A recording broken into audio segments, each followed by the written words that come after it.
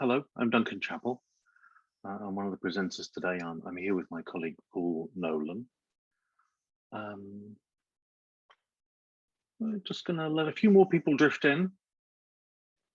I've got a cup of coffee here with me, and then we'll start in a few minutes.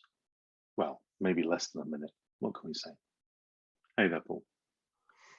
Ready when you are, sir. Excellent. Good. Well, look, what I think I'm going to do is kind of just step into some of the housekeeping points for the event.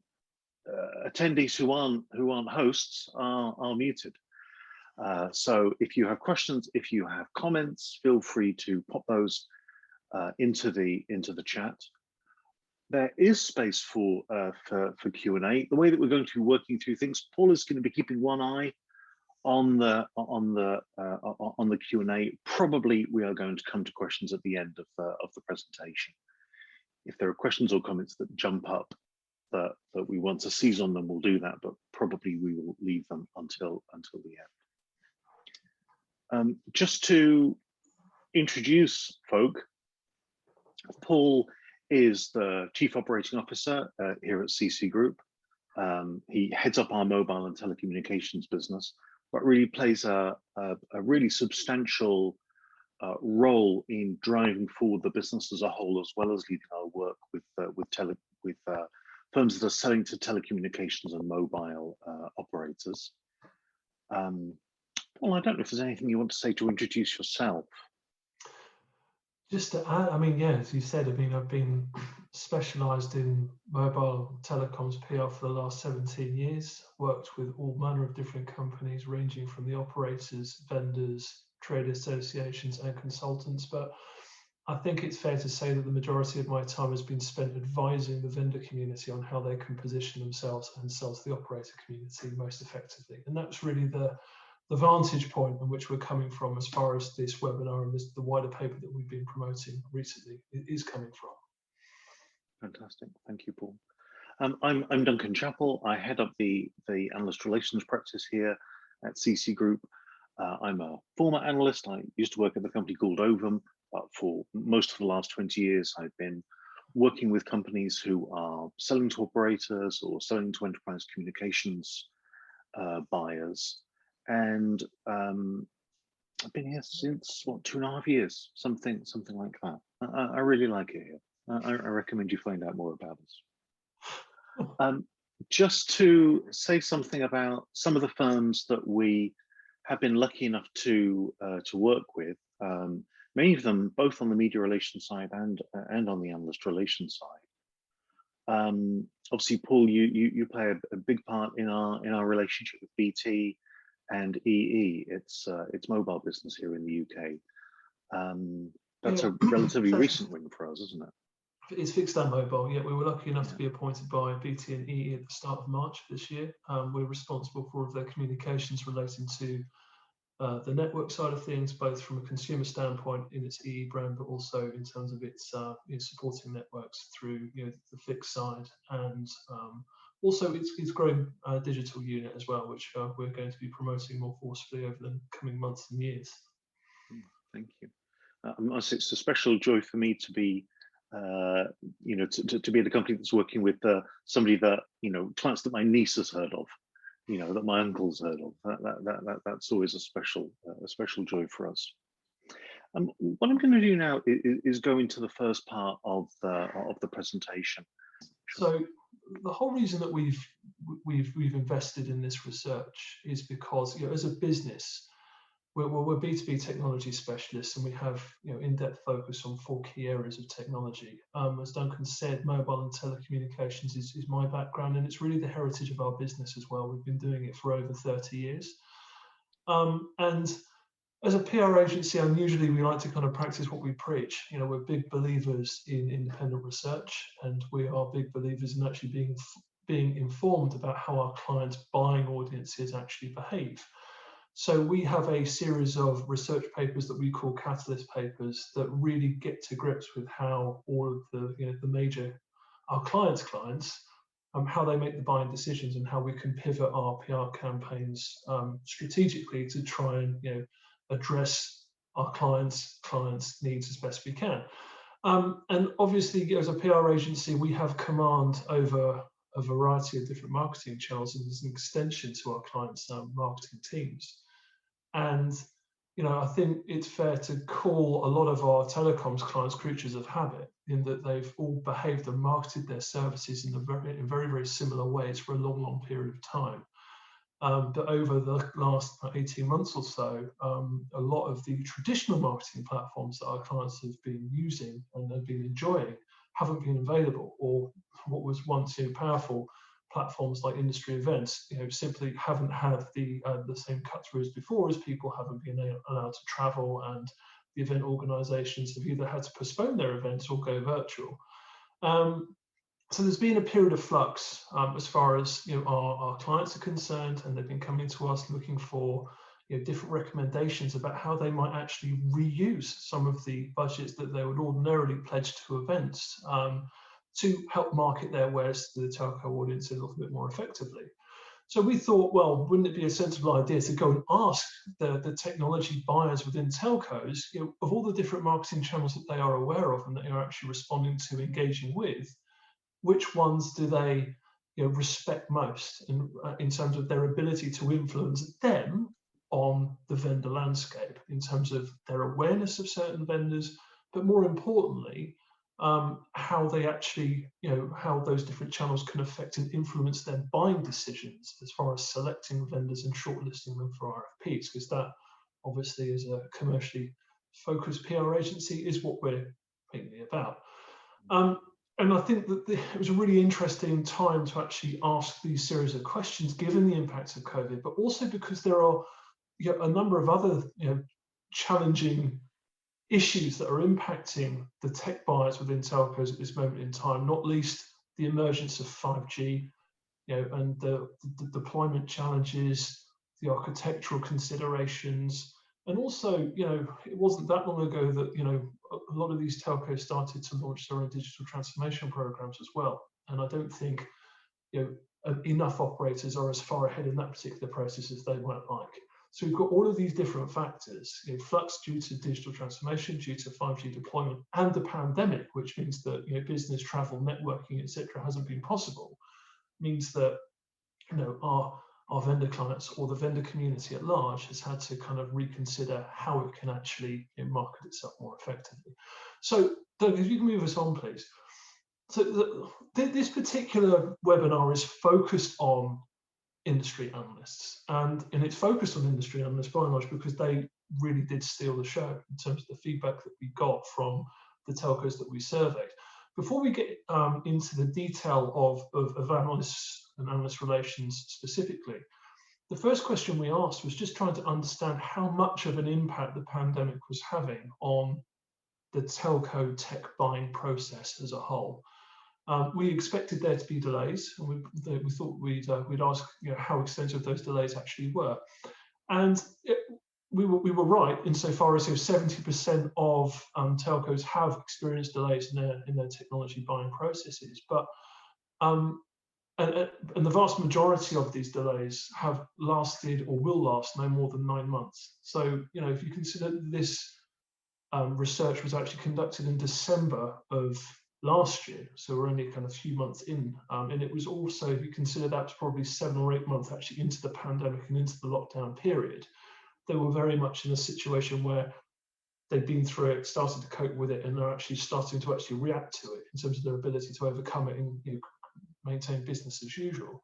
So I think a lot of these telcos have been affected, but I think a lot of them are actually getting closer to business as usual, and they have learned to adapt, and they have learned how to buy technology and continue to push forward, because the challenges of 5G means that they simply couldn't afford to wait.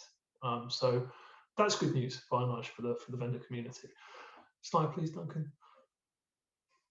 I think, so we're going to just move into the analyst focus results that we came across. I think that the summary to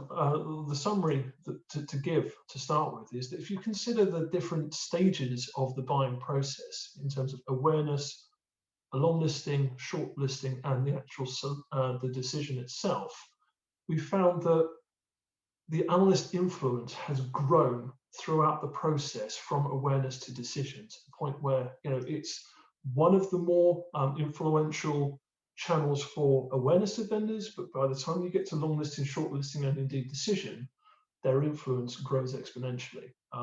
And we've got some evidence of that, which we'll just take you through now. So we're going to start with awareness. We asked the telco tech decision makers, which of the marketing channels that they are familiar with, aware of, engaging with, which of them do they think has the biggest impact on their awareness of a technology vendor. Now, the trade media came top, and the industry analysts actually came within the top 5. They actually came 5th overall. And business technology media, the management consultants, and also industry associations made up the other 3. So that is quite a prominent position as far as awareness is concerned.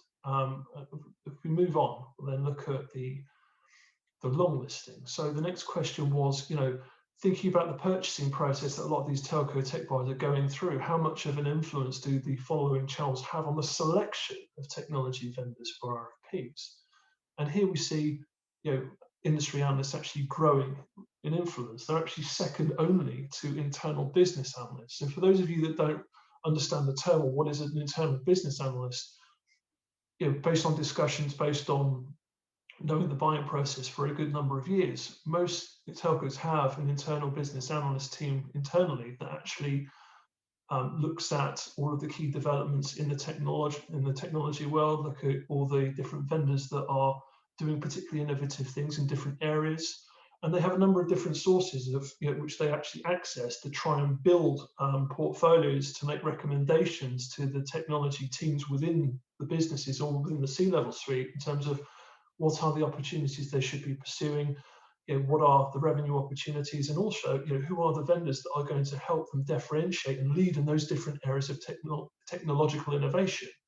And if you consider that those internal business analysts actually take feeds from the industry analysts and the media community, then and the fact that industry analysts are second only to those internal business analysts, you can really see that the two things are intrinsically linked, and actually all work that vendors do with the industry analysts is by extension going to have a positive impact on how they are perceived by the industry business analysts as well, the internal business analysts within the telcos as well. And interesting, web search is still a big deal. So investments in SEO programs is still particularly important. Slide, please, Duncan. The next question was a little bit more specific. We asked them, have you ever been led to shortlist a technology vendor for an RFP process as a direct result of an engagement with any of the particular marketing channels? And actually asked them for particular examples where, a conversation with X analyst, or reading a Y article in a particular publication, or seeing a particular executive present at an industry trade show, how many times did each of those different opportunities create a commercial conversation for that vendor and ultimately help them or ensure that they were selling their technology to that telco? And the industry analyst topped this particular group. So in terms of proven marketing channels, industry analysts, as this result shows, is the most proven. It's the channel that has the most direct correlation between an interpretation or a presentation of a particular vendor to a telco, in terms of that telco then buying from that vendor, which is pretty prominent, really, if you consider the impact that the analyst community is having. Next slide, please, Duncan. It wasn't just about channels themselves. We also asked about the types of content that a lot of vendors were actually creating and promoting across these different channels. Which pieces of content had the biggest impact on any particular buying decision, on any particular awareness of a given vendor, and industry analyst reports head and shoulders above all the others in terms of the influence that they have on the buying process at large. So this again is a big big sign of intent in terms of vendors need to really make sure that they are being perceived in the correct way by the analyst community, and they're investing to make sure that those relationships are being looked after. And you look at the overall. We asked the question what percentage of the of technology buying processes involve analysts in some way, and it could be through inquiry sessions, it could be the reading of the reports that the analysts are making available. It could be talking to an actual specific analyst individual. How many times does an analyst firm or an individual, the content they are creating, have some sort of say in how a buying decision is made? And on average, just slightly less than half, it's 47% of all decisions involve industry analysts in some way. And what I thought was really interesting is that the top statistic is the 0% in terms of none of them, which says to me that an analyst is involved in some way, shape, or form in every single buying decision that telcos are making from the vendor community. Slide, please. And we asked, was the inability for telcos, to meet with vendors face to face, to network, etc., is that seeing a greater reliance on the telcos, on the analyst community in terms of their ability to be, better informed on what's going on in the wider world? And the answer, to a degree, is yes, because a lot of the telcos are actually increasing their analyst budgets. 37% of telcos have actually increased their analyst budgets, and from that particular subset of telcos that have opted to spend more, the majority are focusing that additional investment in actually better understanding vendor capability as far as growth opportunities are concerned in emerging technologies like mobile edge computing, like low latency comms, massive machine, smart manufacturing, etc. It's all being steered towards making sure that they are all better informed in how they can actually monetize these next generation opportunities, most of which are related to standalone 5G networks, which are on the cusp of being deployed in different countries around the world.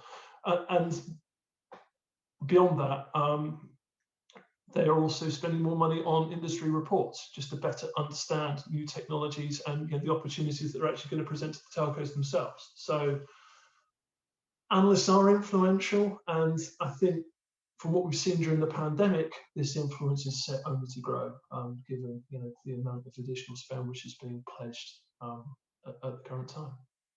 Slide, please. And we asked the question, for the telcos just to list the different firms that they believe to be the most influential, and this is the results that we got back. Strategy Analytics, Gartner, Juniper, Global Data were the ones that came out top. Obviously, it all depends on where the operators are based, the areas of the network that they're actually specializing in, and every single operator did get a tick. But I think it's some indication. It's not definitive indication. So as you can see, we talked about how analyst influence grows throughout the actual buying process. This is basically the evidence that underpins it. So analysts are in the top 5 in terms of the most influential channels in creating awareness for a particular vendor. They are the second most influential channel in driving vendor selection, and analyst budgets are increasing, so it stands to reason that analyst influence is going to increase too.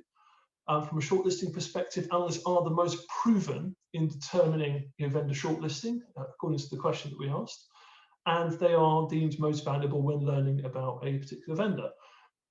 In terms of decision making, we talked about analyst reports having influence on vendor selection, and the fact that analysts are involved in influencing nearly half of all telco buying decisions, and that not a single telco could actually identify any buying decision that didn't involve an analyst in some way, shape, or form. So, on behalf of CCgroup and Duncan and our analyst relations team, our our kind of key call to action for all the vendors out there is to make sure that you're optimizing your analyst relations programs, that you're effectively and strategically integrating analysts into every single communication effort that you make, because it's never been more crucial that all of the analyst firms have the most up-to-date view of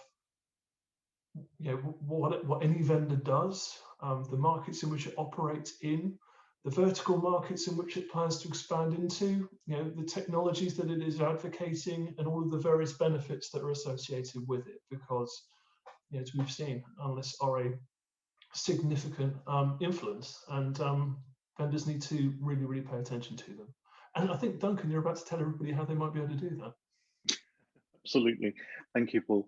There's just one thing I want to say to a question about a sample size that's been submitted. So actually, if you go to ccgrouppr.com and then look into the insights section of the site, you can download an extensive report that Paul and our colleague Anais Merlin have written going into these data. So there were 101 telecommunications buyers, technology buyers in telcos who took the study.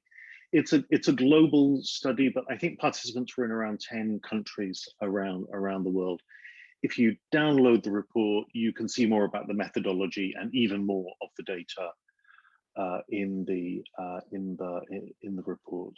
Yeah, we can provide a list of countries, but the 10 countries emanate from Europe, North America, Asia Pacific, and Latin America. But we can provide a list of countries. The data is really fascinating, and I must say it will be a good idea maybe for us to try to do a follow-up report, drilling down a little bit deeper into the analyst data if we ever get the time to do that. Really fascinating findings. What I want to do now is pick up on some of the lessons for analyst relations people in particular, and also to draw out some thoughts I had looking through the underlying data of the survey. One of the things that comes across to me is that there are different sorts of analysts who are being used by different people at different times. So in the study that CCgroup commissioned of buyers in telcos, the firms that were highly influential on the operators are the ones that are here in this middle column and in the column on the right hand side. And without overstating it, there's a bit of a difference between which people are using which analyst firms. Key buyers tend to be more focused on more specific details that require more specialized analyst firms.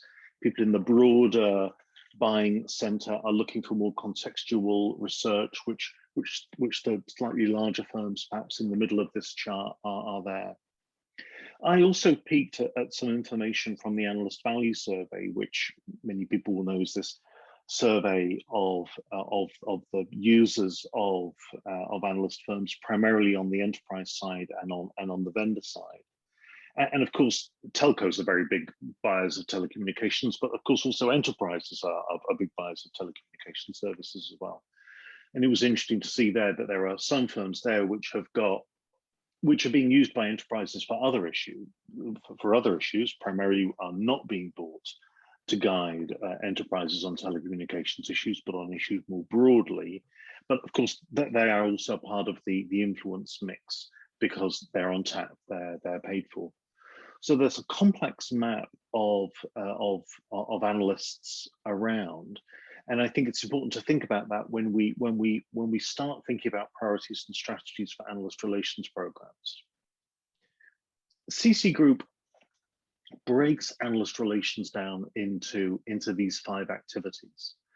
So when we talk about analyst relations, we talk about prioritization, so working out who you want to communicate to, alignment, so crafting your message so that you are speaking the language of the individual analyst, the particular analyst firm, in order to reduce the barriers for them to understand what you're saying. There's engagement. This is, of course, the meat of the analyst relations language, but very often people only think about engagement with analysts and don't really think about what happens either side of it. For us, evaluation is extremely important to be able to extract insights and then leverage taking positive comment from analysts and doing things with it. This is something that very few analyst relations programs are really thinking about in a systematic way. What I want to do is step through these comments, step through these 5 elements individually, and give some insight into what organizations can do to better take advantage of the value and the influence of analysts on the purchasing process. When we think about prioritization, I think what this very complex map of the analyst use shows us is that many analyst firms are influential on a purchasing process inside a telco, and that's also the case inside the enterprise. It's not the case that there's only 1 or 2 analyst firms being used. When we asked participants in the survey which analyst firms are they using, none of them had any difficulty mentioning 4 or 5 firms. And you can see that although we have clear leaders, strategy, analytics, and data were most used by the participant in the study, what also comes across is that everybody is using multiple influencers.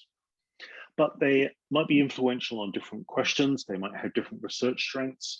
And so depending on where you are, what your business goal is, from building awareness through to lead generation, through to closing deals, you might be targeting different analysts at different times.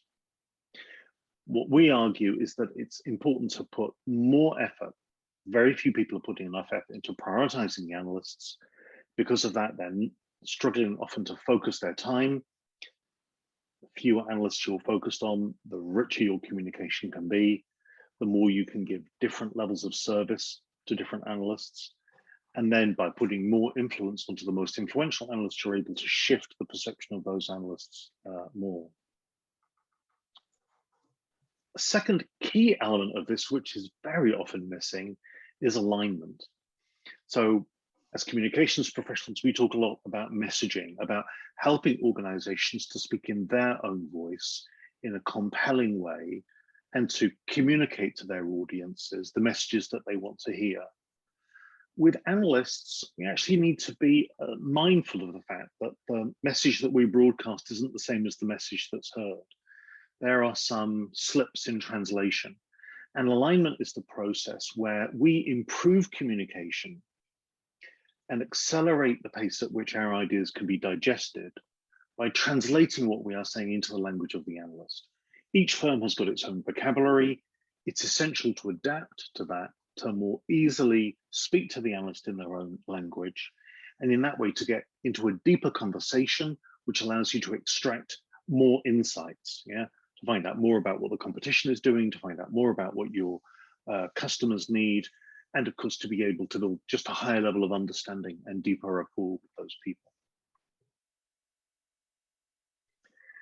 Engagement seems like it might be straightforward, but actually a lot of analyst engagements are not always very well apportioned, and they're often not very well conducted.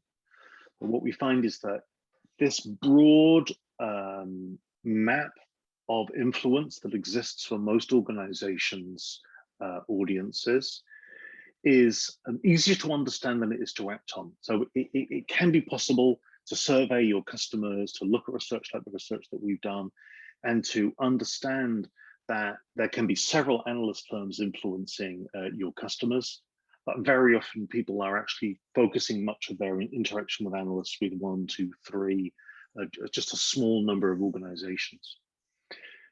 It's important to extend your reach, to map your communication to analysts to the breadth and the complexity of your customers and your potential customers' use of those analysts.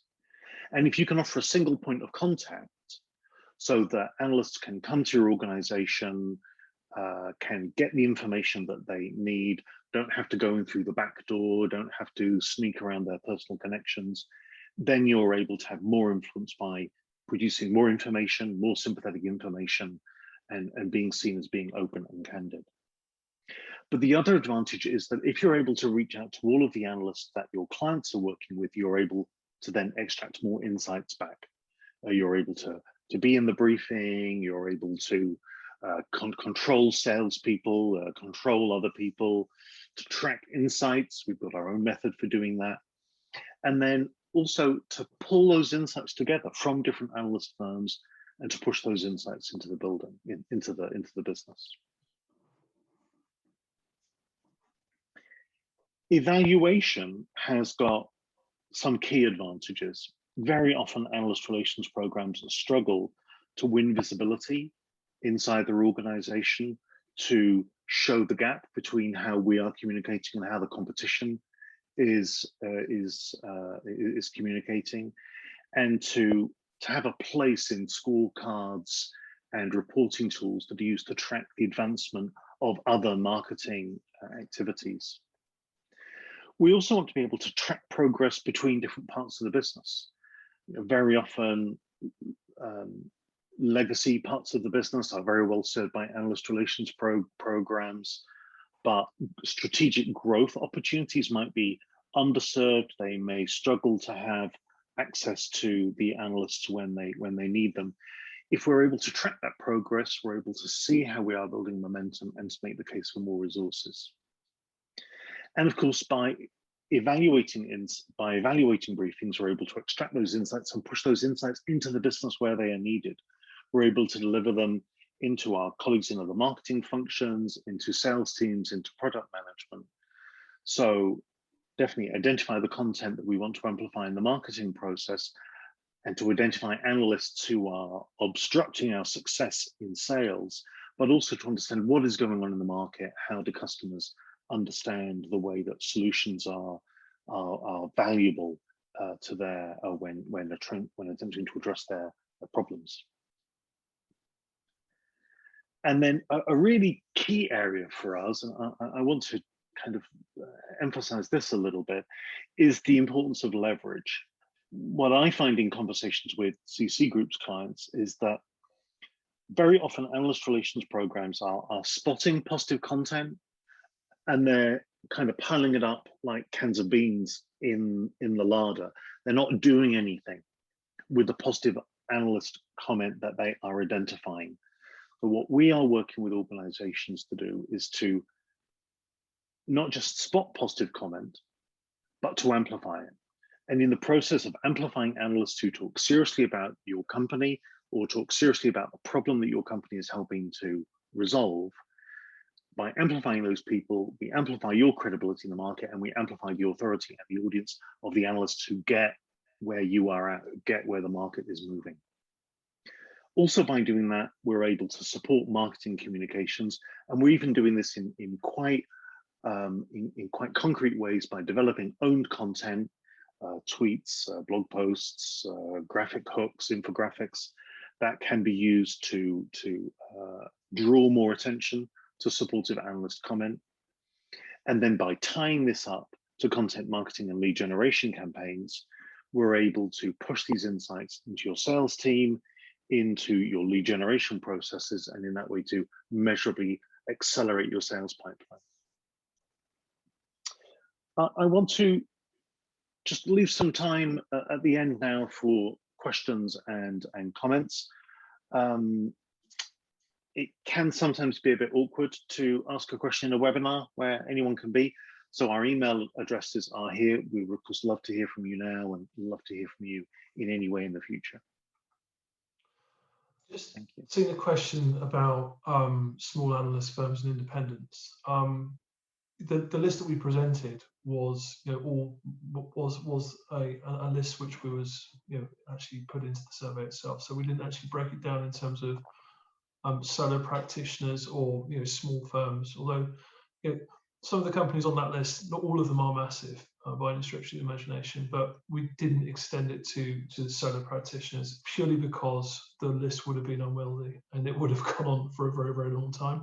I could only say anecdotally, based on my experience within the industry, that individual analysts have just as much influence as some of the larger companies. In fact, most of the individual analysts that I've worked with have sustained themselves brilliantly over a long period of time because they've got some exceptional relationships and that they are actually, they are kept close by a number of different telcos, and I can count on both hands, several, a lot of different names to that effect. So.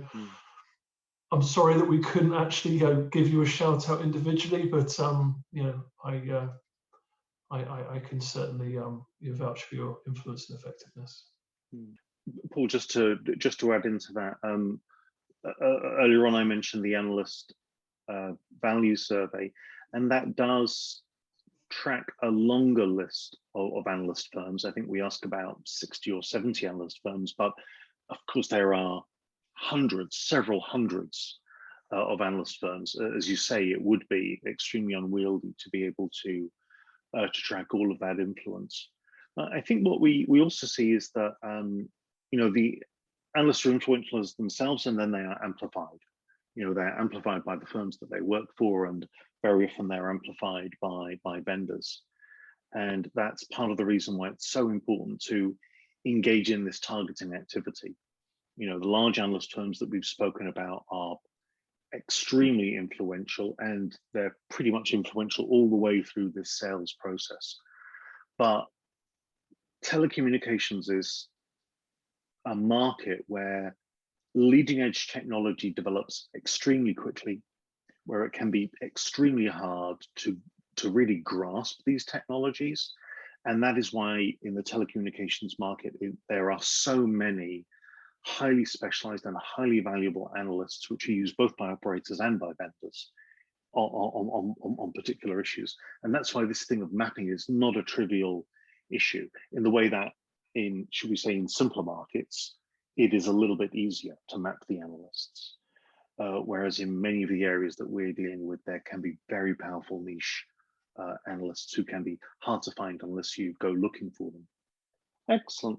I just want to re-emphasize the report is available on the CCgroup website. It is really useful. There's a huge amount of information there, but there's also a lot of information that couldn't make its way into the report.